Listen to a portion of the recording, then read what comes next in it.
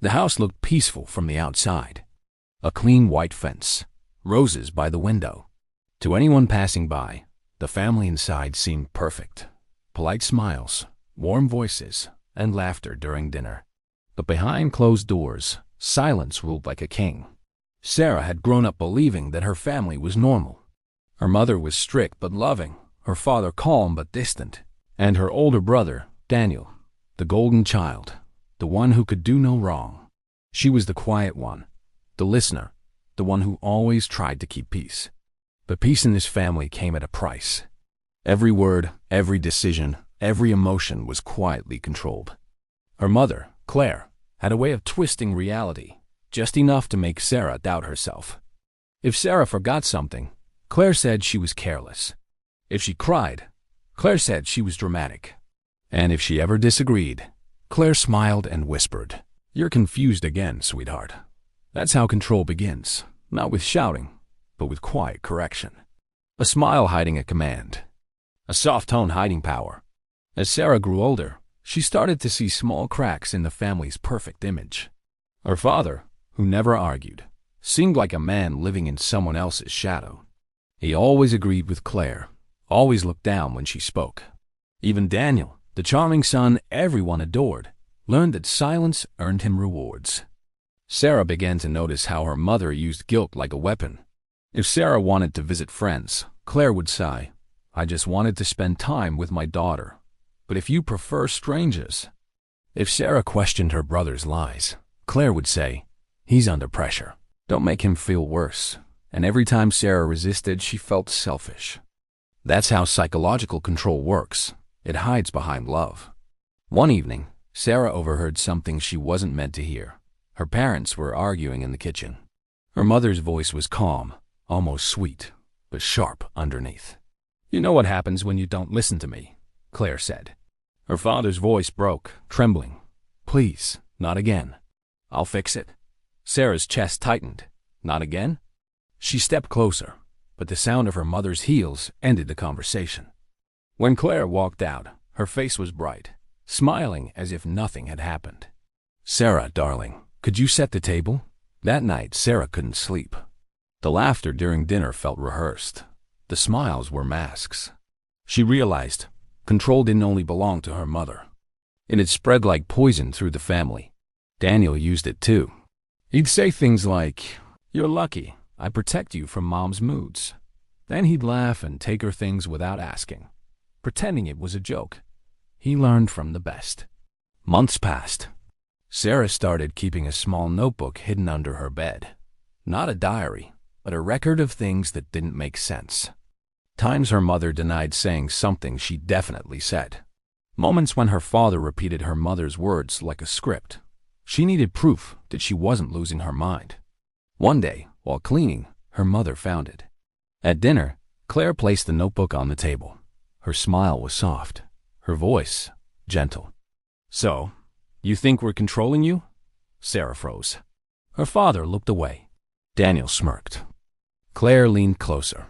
"Sweetheart, I think you've been watching too many movies. You're overthinking everything again." Then she ripped the notebook in half, one page at a time, and dropped it into the trash. "You see, darling?" No more confusion.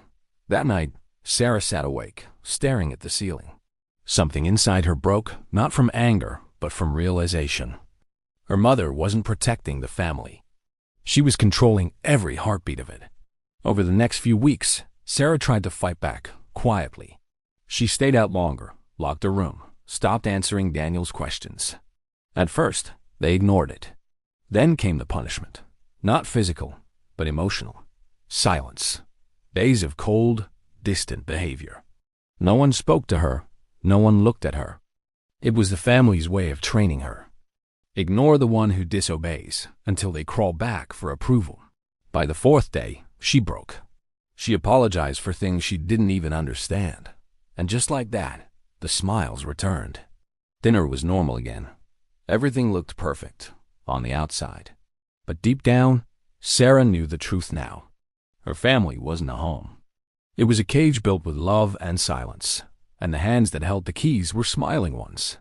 She promised herself she would leave someday, but she also knew No one escapes easily from a family that controls your mind, because control isn't about locking doors.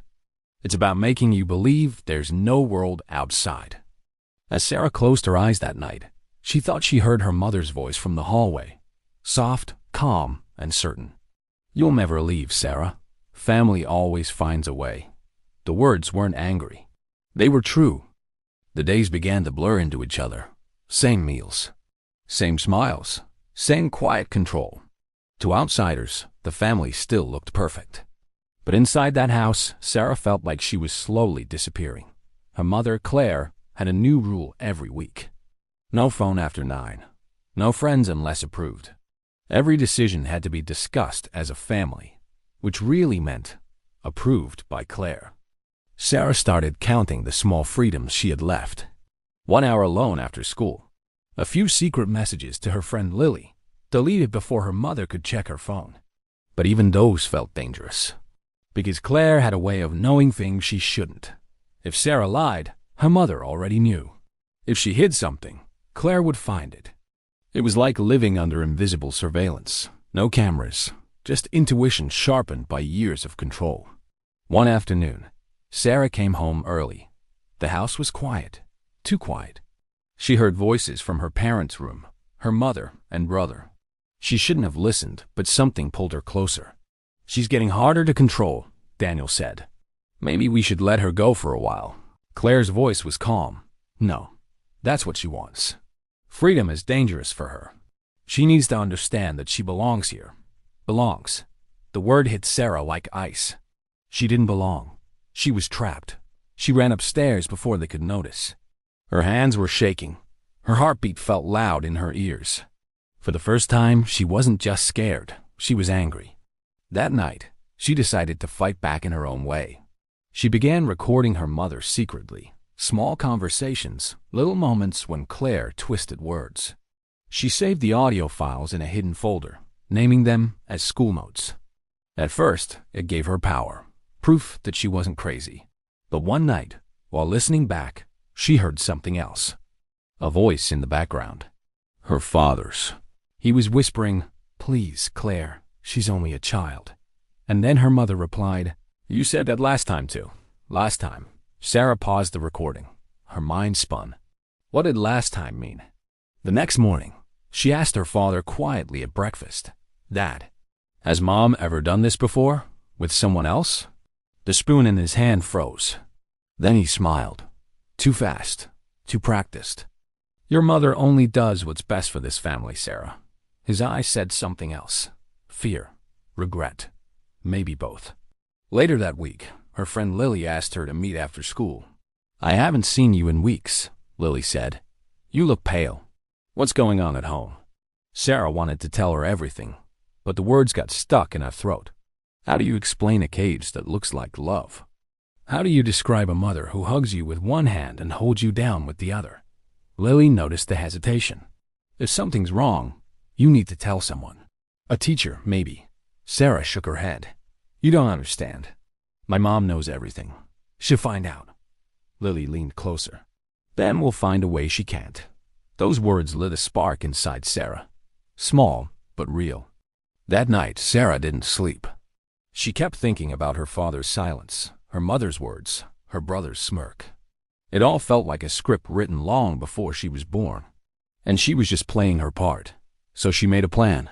She'd collect every proof she could, recordings, photos, messages, and save them in an email draft, one her mother would never check. And if things got worse, she'd send it to Lily. Simple plan. Quiet. Safe. At least, that's what she thought. 3 nights later, her mother called her into the living room. The lights were low. The family was waiting. Her stomach twisted. This wasn't normal. Claire smiled. "Sarah, we need to talk." Her phone was on the table. Open. The hidden folder. Visible. "I told you," her mother said softly. "Freedom is dangerous for you." Sarah froze. Her mind screamed, how did she find it? But she already knew. Her mother always found everything. Claire continued, calm as ever. "You've been recording us." "That hurts me, Sarah. After everything we do for you." Daniel crossed his arms. "Mom said you'd do this. You always ruin things." Sarah tried to speak, but her voice was weak. I just wanted proof. Her mother smiled again. Sweet, terrifying. Proof of what? That you're ungrateful? That you imagine things? Then, for the first time, her father spoke up. Claire, that's enough. The room froze. He stood, his voice trembling. You've gone too far. She's not crazy, Claire. You're breaking her. For a moment, Sarah felt something she hadn't felt in years. Hope. Her father finally saw her. But Claire didn't shout. She didn't cry. She just looked at him and said softly, "You're not leaving me again." Again. That one word changed everything. Her father's face went pale. He sat down without another word. And Claire turned back to Sarah. You see? Even he understands that family means forever. That night, Sarah locked her door and pushed a chair against it. Her hands trembled as she opened her laptop. She rechecked the recordings. Gone. Deleted. Every file erased. Only one new file remained. It was named Listen to Your Mother. Her fingers shook as she pressed play. Her mother's voice filled the room, calm and cold. You can run if you want, Sarah, but you'll always come back. Because family isn't what you escape. It's what follows you. The recording ended. And from the hallway, Sarah heard footsteps, slow, steady, stopping right outside her door. The footsteps stopped outside her door. Sarah held her breath. For a moment, there was silence, then a soft knock. Sarah, her mother's voice said gently, "Open the door, sweetheart. We need to talk." Sarah didn't move. She stared at the doorknob, afraid it would turn. The chair pressed against the door was her only protection. "I'm worried about you," Claire continued. "You're making bad choices, but I forgive you. I always forgive you." The words sounded kind, but they were sharp underneath, like knives wrapped in velvet. That's how her mother worked. Sweet on the surface, deadly beneath. When the footsteps finally faded away, Sarah exhaled. But she knew this wasn't over. If her mother found the hidden recordings once, she'd find them again. So that night, Sarah decided she would leave. She waited until everyone was asleep, her father's faint snoring, Daniel's music still playing through the wall. The same sounds she'd heard all her life, but tonight, they meant something different. They meant escape. She packed only what she needed: a small bag, her phone, and a single photo from when she was little. Her mother's smile in that photo looked so real, so safe. Sarah almost believed it. Then she remembered the words from that last recording. "You'll always come back." Her fingers trembled. She opened her window quietly and stepped out into the cold night air. The street was empty. For the first time in years, she felt air that didn't belong to her mother's world. Freedom smelled strange, like fear and hope mixed together. She walked fast, keeping to the shadows. Her friend Lily lived 3 blocks away. Every step felt like a lifetime. When she reached Lily's house, her hands were shaking so badly she could barely knock. Lily opened the door, eyes wide. "Sarah, what happened?" Sarah couldn't speak. Her throat was tight, her eyes full of tears. Lily didn't ask more. She just pulled her inside and locked the door.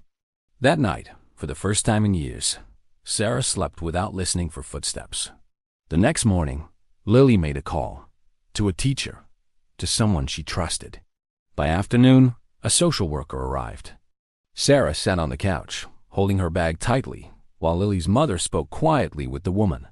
When the social worker asked what happened, Sarah told her everything: the manipulation, the silence, the emotional control. It came out slowly, like poison leaving the body. The woman listened carefully, writing notes, her face calm but serious.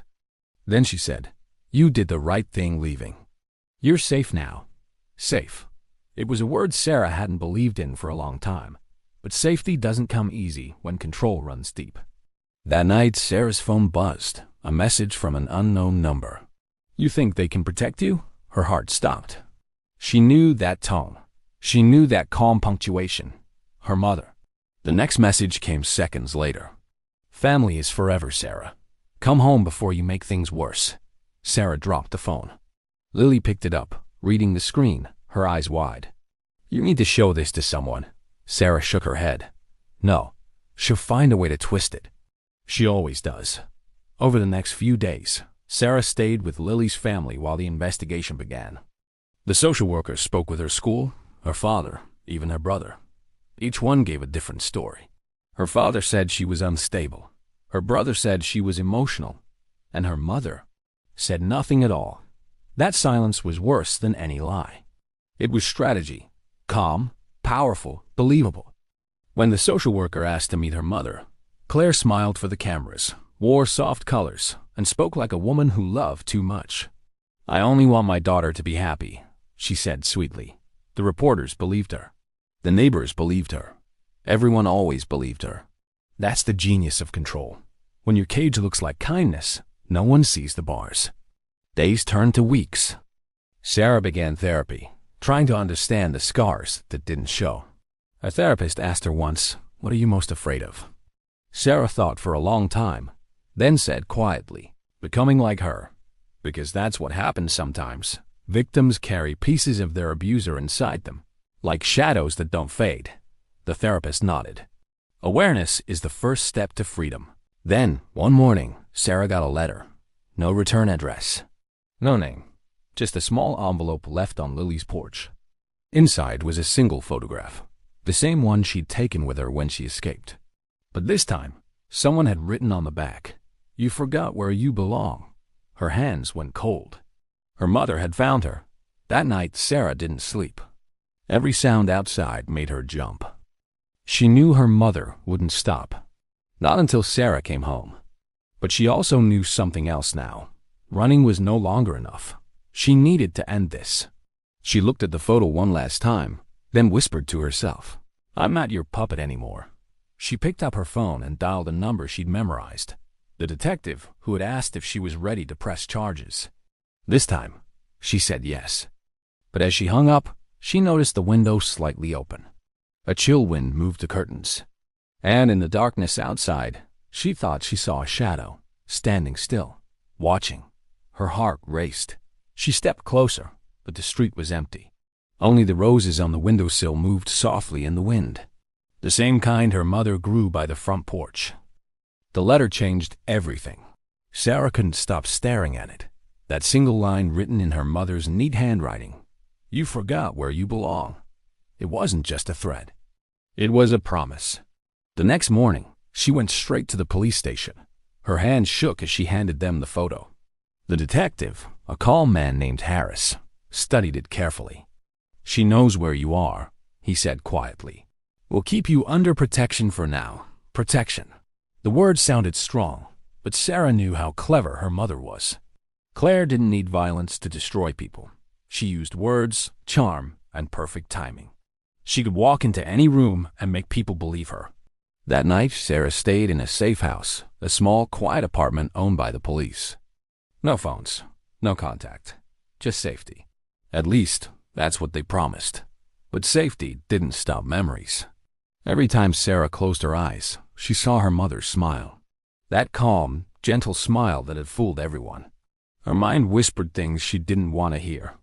Maybe she really loves you. Maybe you're overreacting. Maybe you should go back. The voice in her head sounded like her mother's, soft and patient. It took Sarah hours to remind herself. That's how control works. It teaches you to doubt your own truth. The next day, Detective Harris told her they were investigating her family's past. He said something strange had come up. "Your mother isn't as clean as she looks," he said. "There was another girl, years ago, a foster child. She disappeared." Sarah froze. "What do you mean, disappeared?" He looked uneasy. "Your parents never reported it." "There's no official record. Just old neighbors who remember a teenage girl living with them for a few months. Then one day, she was gone." Sarah's throat went dry. Her mind raced back to that night. She heard her father whisper, "Not again." Later that evening, Harris received a call. He stepped outside to answer it, leaving Sarah in the small safe house alone. Rain started to fall outside, heavy and cold. Sarah stared at the window. The world looked like the blurred, distant, unreal. Then the lights flickered. Once, twice. A soft knock echoed through the door. Her heart jumped. "Detective?" she called out. No answer. Another knock. Slower this time. Sarah stepped back. Her breathing quickened. Then a familiar voice came from behind the door, calm, smooth, and terrifyingly kind. "Sarah, it's Mom. Please, let me in." Sarah froze. Every muscle locked. How did she find her here?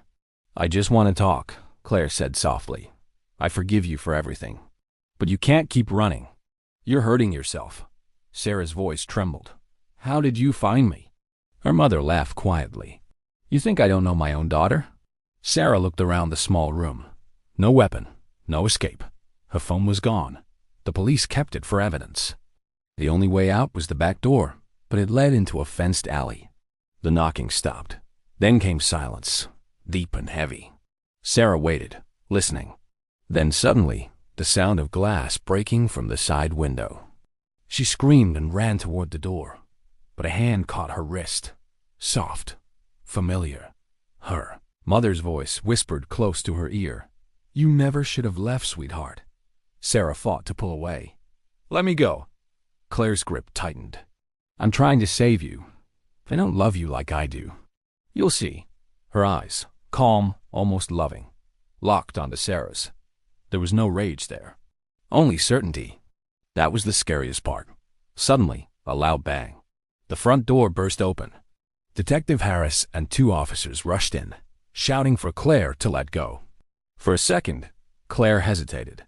Then she smiled at Sarah and said softly, "See? They always make me the villain." Before anyone could react, she ran toward the window and disappeared into the rain. Hours later, the storm was over, but the fear wasn't. The police searched for Claire, but she was gone, vanished like smoke. No footprints, no trace. Just that same quiet voice echoing in Sarah's memory. Harris placed a hand on her shoulder. "She's gone for now, but she'd turn up. People like her always do." Sarah nodded, but she wasn't sure if that was comfort or a warning. Weeks passed. Sarah began rebuilding her life. Therapy, school, a new home under protection. She learned how manipulation worked, how trauma rewires the brain, how love can turn into control. She spoke little, but she listened a lot. She began volunteering at a support group for survivors of emotional abuse. She wanted to help others escape the same invisible chains. But every now and then, when she walked home, she felt it, that faint sense of being watched. Sometimes she'd hear a car engine start when she passed. Other times she'd see roses left near her doorstep, white roses, just like the ones outside her old house. One evening, she got a message from an unknown number. Just one sentence. "You'll always be part of this family." Her heart pounded. She didn't reply. Instead, she turned off her phone, closed her eyes, and whispered, "No, not anymore." For the first time, she meant it. Months later, police found an abandoned car near the river, registered to Claire. Inside, only a few personal items were left behind: a ring, a notebook, and an old family photo. The car door was open. No body was ever found. Some said she drowned. Others believed she vanished on purpose, that she was still out there, watching. But Sarah didn't care anymore. She had learned the hardest truth. Some cages aren't built with walls. They're built inside your mind, and only you can tear them down. One night, Sarah stood outside her new apartment, watching the city lights. The air was cold, but peaceful. She thought about her mother, about control, fear, and love twisted into something poisonous. Then she smiled softly and whispered, "I'm free." A car passed by slowly in the street below. In the back seat, for just a second, she thought she saw a familiar silhouette, calm, still, smiling. But when she blinked, it was gone. The street was empty. Only silence remained. Don't forget to subscribe, because the next story might be darker than this one.